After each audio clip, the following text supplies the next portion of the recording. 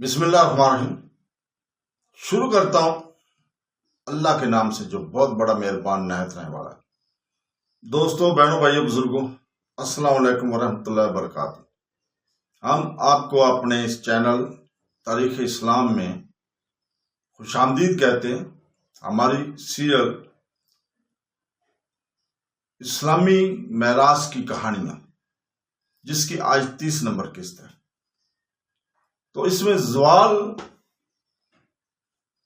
اس میں سب سیریل ہے زوال، اور اس کی حصہ 3 کی حصہ ہے 3rd پارٹ۔ تو دوستو، بہنوں، بھائیوں، سن 126 ہجری میں محمد بن علی عباسی کا انتقال ہو گیا اور ان کے بیٹے ابراہیم امام باپ کی جگہ جانشین ہوئے۔ امام ابراہیم کی کامیابی کا باعث ایک شخص ابو مسلم خراسانی تھا۔ اس شخص میں فہم و فراست کے علاوہ ایک بہادر سپاہی کے جوہر بھی موجود تھے۔ یہ ابو الاعظم بزر جمر کی اولاد سے تھا۔ امام صاحب نے اسے اپنا نائب مقرر کر کے خراسان کو بھیجا۔ ابو مسلم کو خاندان عباسیہ نے ولی ہمدردی تھی۔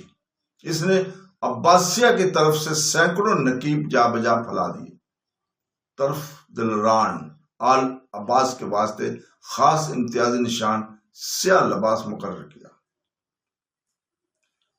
اول تو خفیہ سازشوں سے کام لیا۔ آخر 25 ماہ رمضان سن 129 ہجری شب پنجشنبہ عام بغاوتی کی تقریب مقرر کی کہ حامیان آل عباس جہاں چاہاں اٹھ کھڑے ہوں۔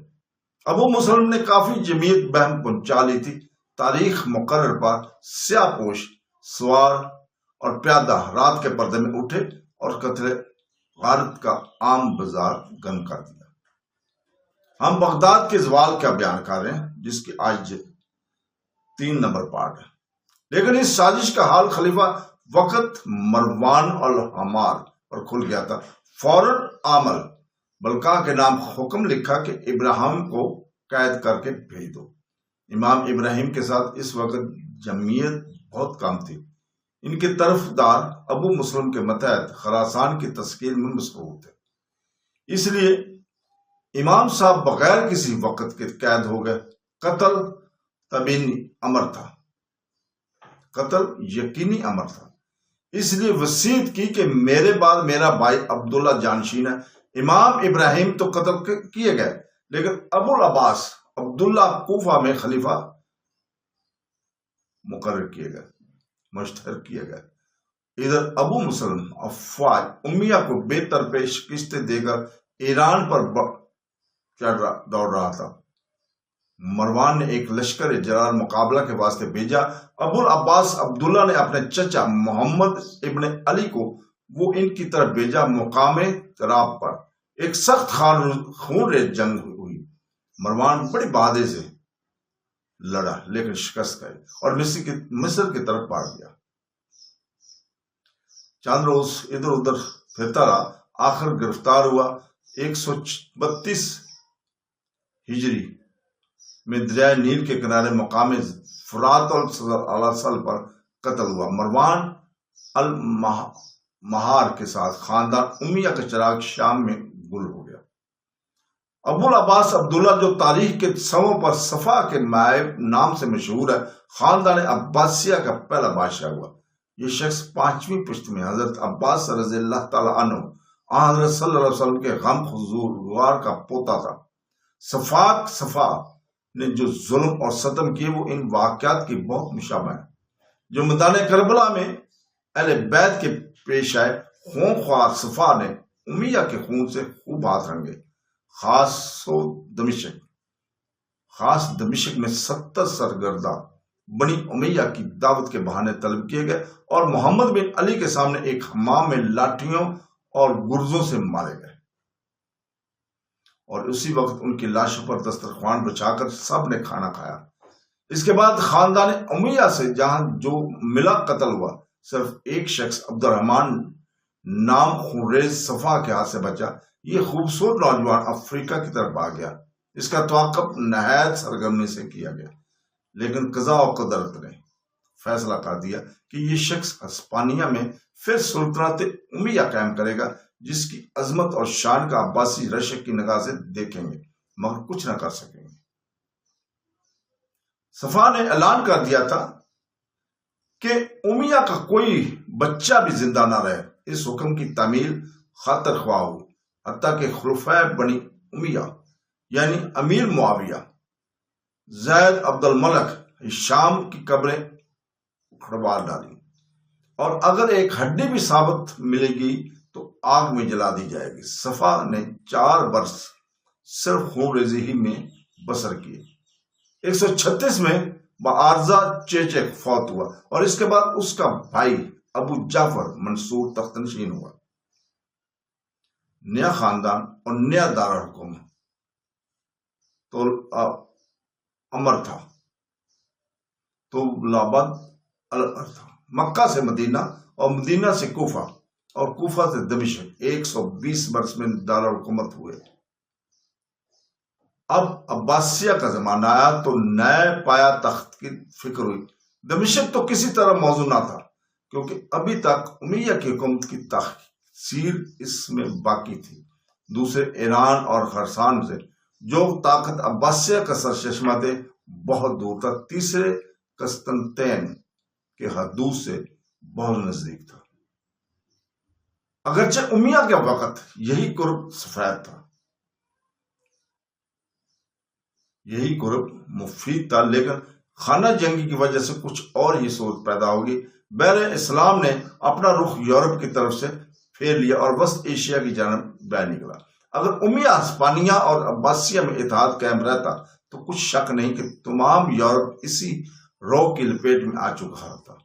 دمشق سطح مرتفع پر واقع تھا اور اس کا رخ بحیرہ روم کی طرف جانب مغرب تھا، لیکن نئے دارالحکومت کے واسطے یہ ضروری تھا کہ مشرق کا رخ فارس کے نزدیک ہو، اور باللحاظ تجارت کے بحری اور آمد و رفت کا بھی خیال تھا۔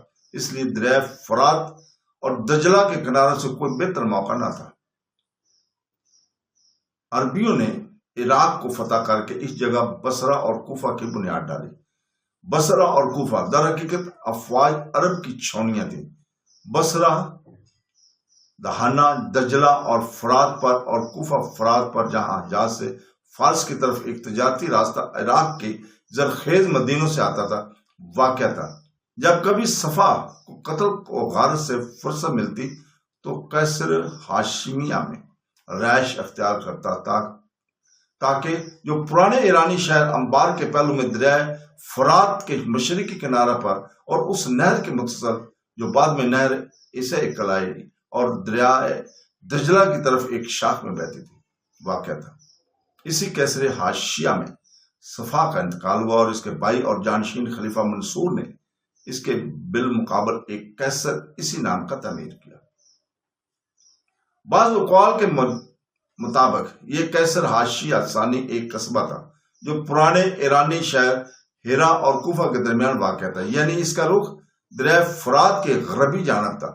دیگر اقوال کے مطابق حاشیہ منصور مدینہ حبیرہ کے قریب، جو کہ کوفہ کے متصل تھا، واقع تھا۔ ہاشمیہ خواہ کہیں واقع تھا، اس کی نسبت اس سے زیادہ تحقیق بے فائدہ ہے کیونکہ خلیفہ منصور نے اسے بہت جلد چھوڑ دیا، اور وجہ یہ کہ دارالخلافت کے واسطے کسی طرح موضوع نہ تھا۔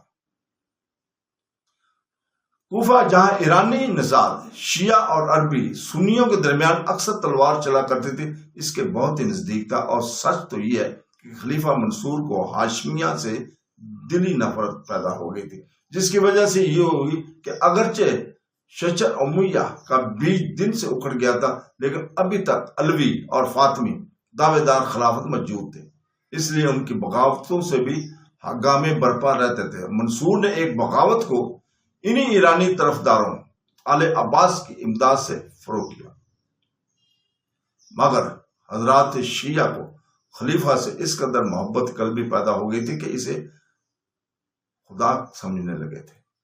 چنانچہ ایک دن خلیفہ کی پوجا کے لیے قیصر ہاشمیہ میں کہ گر جمع ہوئے، خلیفہ کو سخت غصہ آیا اور انہیں اس ناشائستہ حرکت سے باز رکھنا چاہے، مگر بندگان خدا کا مانتے تھے۔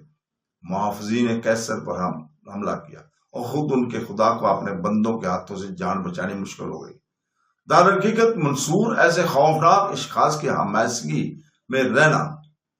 ہمسائیگی میں رہنا نہیں چاہتا تھا، لیکن اس کے علاوہ اور باتیں بھی تھیں جو ہر وقت منصور کے دل میں کھٹکتے رہتے تھے۔ اسے اچھی طرح معلوم تھا کہ کوفیوں نے حضرت علی اور ان کی اولاد کے ساتھ کیا کچھ سلوک کیا تھا، اس لیے وہ کبھی ان پر اعتبار نہ کر سکتا تھا۔ تو دوستو، یہیں پہ ہم رکتے ہیں، اگلی قسط انشاءاللہ تعالی میں حاضر ہوں گے۔ اللہ حافظ۔